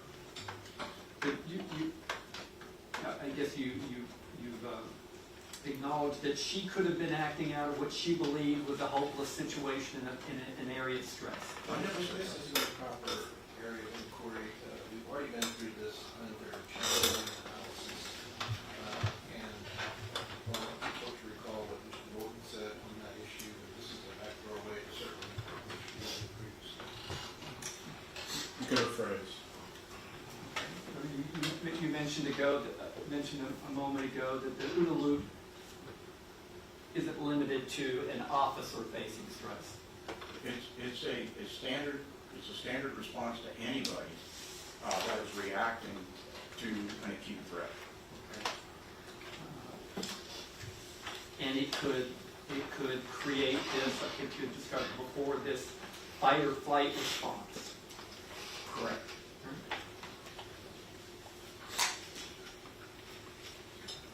How important was it in your conclusion that the officers acted reasonably in shooting at Ms. Perez, that Melissa Perez was a goal-oriented assailant?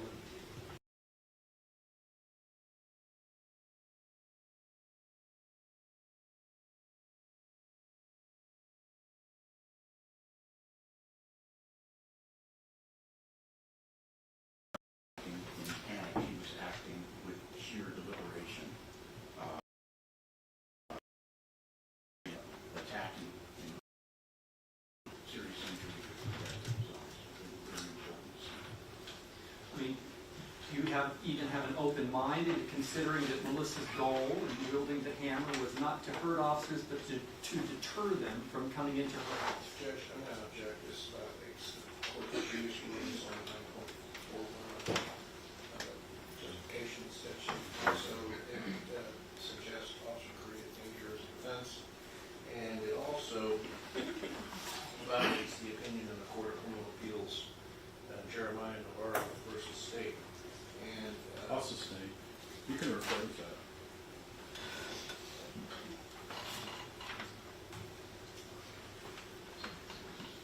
I mean, are there facts that you watched or you observed in the investigation that Melissa's goal in wielding the hammer was to deter people from coming into her home? Judge, I'm going to judge again. I'd like to give the court a copy of this opinion. Came out yesterday.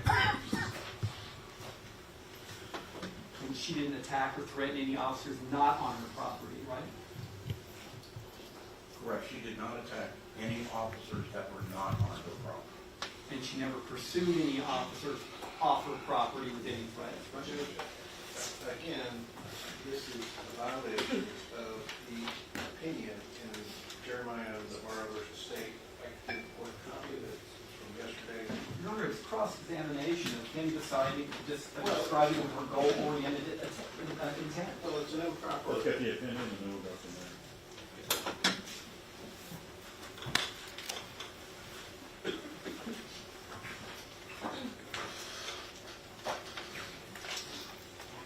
All right, and so I will sustain the objection.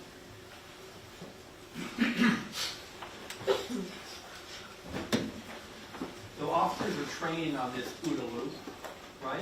Yes, sir. Universally, My understanding. right? Not just officers that attended your training. Then, Your Honor, if I may, ask the court to instruct the jury to disregard all questions what her intent was. I'm going to instruct the jury to disregard those questions related to This OODA loop training that you do and is done all over the country, right? Yes. This is standard part of the T-code training or anything that officers understand this dynamic, Yes. right?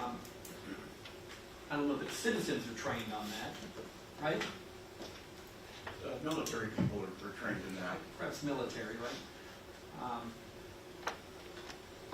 And they're trained on so that they're better prepared to make better and safer decisions when they're having themselves in crisis situations, right?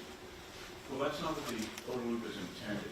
The ODA loop is intended simply as an officer safety technique, at least in law enforcement. Military is a little different, especially with fighter pilots. But for law enforcement, it's an officer safety concept that we teach them to enhance their safety. I mean, you mentioned that you train it so that they prepare to limit their options to avoid paralysis in the choices that they make under this stress.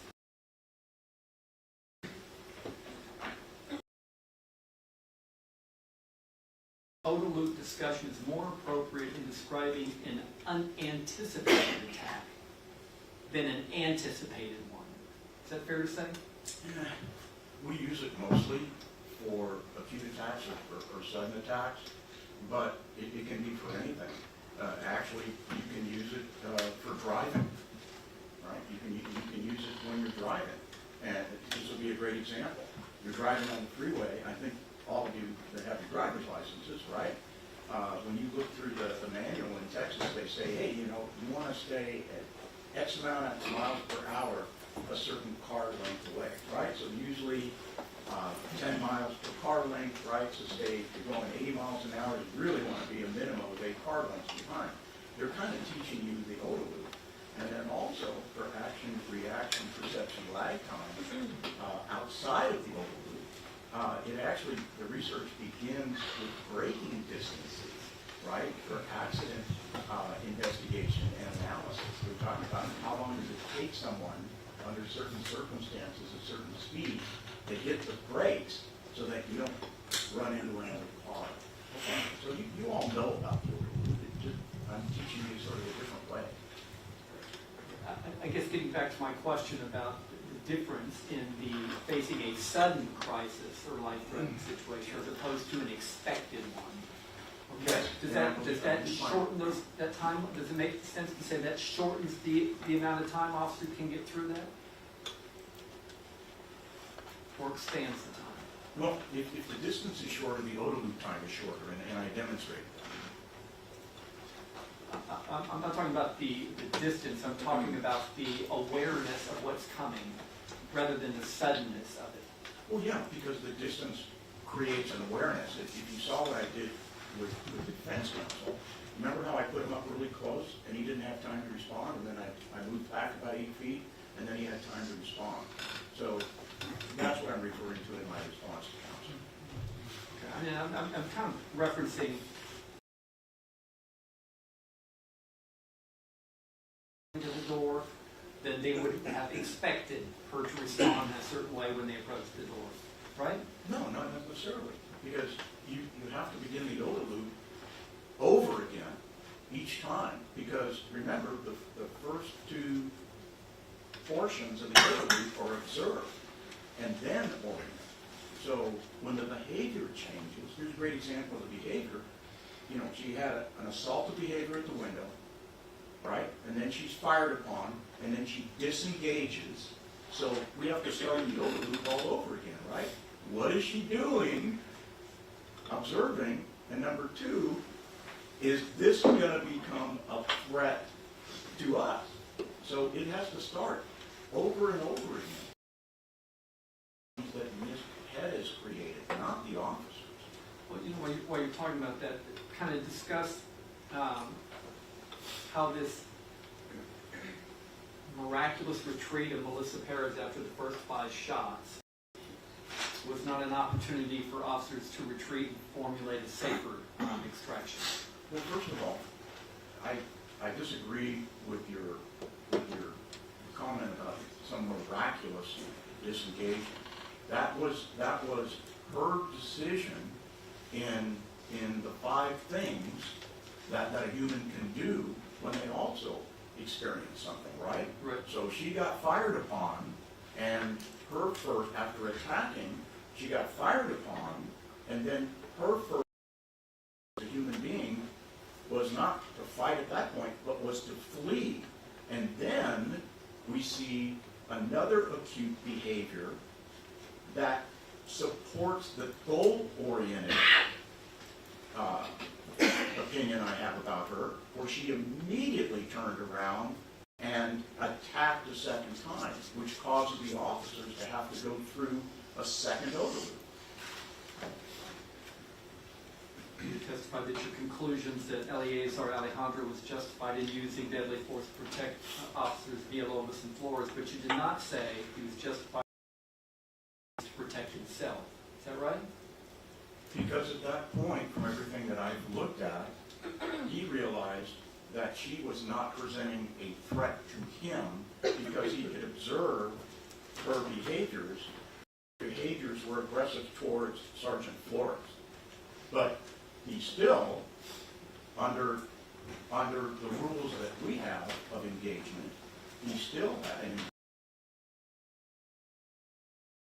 a legal right if at that point he believes that she's engaging with lethal force and that lethal intervention is immediately necessary to protect Sergeant Flores. And so under those circumstances, he fires his weapon, and I find, again, that it was an objectively reasonable decision. Right, but you agree, you weren't making that decision as to him defending himself. You were saying his justified reason for shooting was to protect someone else. That's an answer, yes. Right? And likewise, you said Officer Villalobos was justified in using deadly force to protect Sergeant Flores, but you did not say you believe to protect himself. Is that right? That's correct.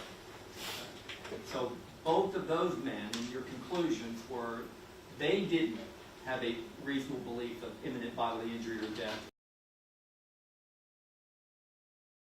Worker was. In the moment In the that the moment. shots were fired, because don't forget, it's a very fluid thing. She could have attacked anyone. They are responding to what they see is an imminent threat to a colleague, which is Sergeant Flores. Would you agree that absent a justification, if the justification does not apply, Alfred Flores would be guilty of murder, aggravated assault, and deadly conduct as a result of firing his gun multiple times at Melissa Perez that resulted in her death? Okay, I want to make sure I understand the central focus of your question. When you say absent everything she was doing, absent her attacking, absent her being armed with a hammer, Sergeant Flores simply deciding to shoot her, that would be an unreasonable use of force. Yeah. That created a homicide. I'm saying, absent the justification, if the justification fails, if he was not reasonable, did he, with intent to cause serious bodily injury or death, fire a shot into Melissa Perez that resulted in her death? Objection and proper hypothetical argumentative, we would object under Rule 403. The way it's phrased, it causes confusion, and it's also misleading, and it's cumulative and effective.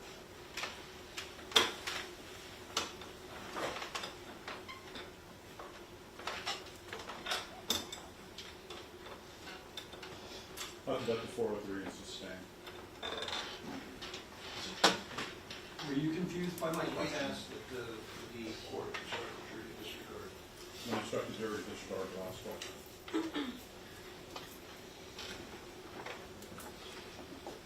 In your testimony about describing what Alfred Flores was thinking or feeling or perceiving,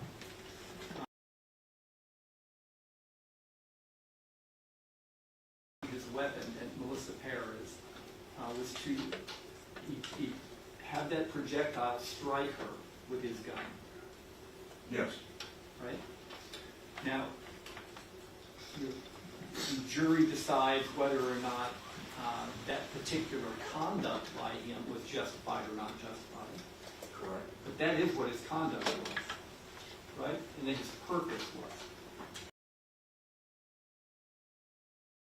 Fired his weapon at her, and the bullet struck her. And any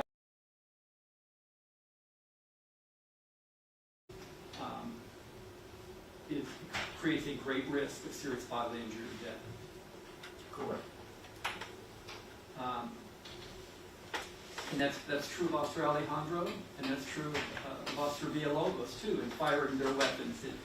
From what you saw, what you heard, from what you testified that they were able to perceive, each of them, their purpose was to strike.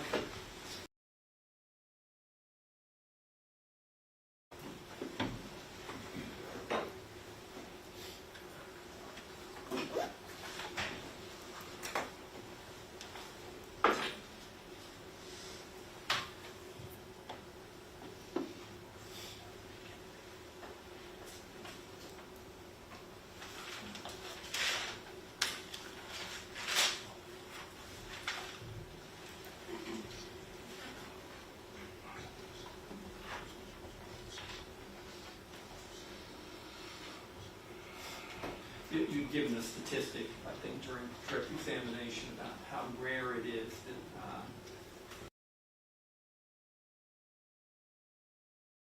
that, did you say 1.6%? No, that's total uses of force out of the millions of contacts and uses of force a year by peace officers. I said that the use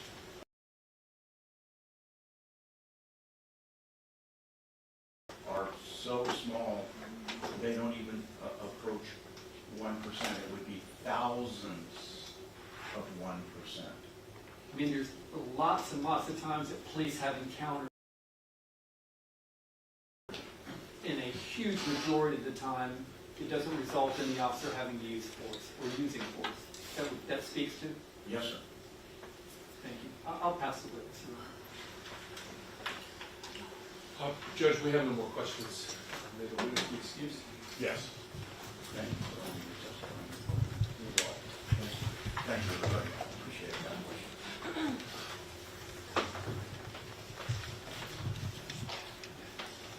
Your Honor, may we approach? Oh, sorry. Yeah, you can approach.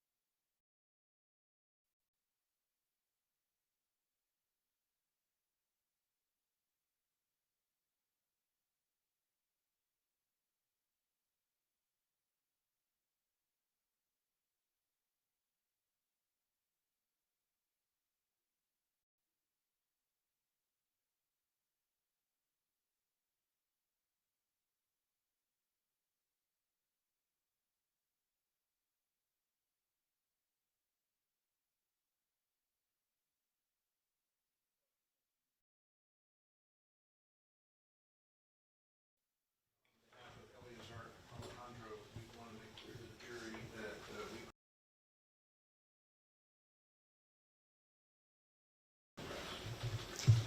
All right, with that, members of the jury, we're going to go ahead and break for lunch. It's 12:52. Give you an hour and a few minutes. Come back no later than 2 o'clock, and we'll continue on. Have a good one. All right,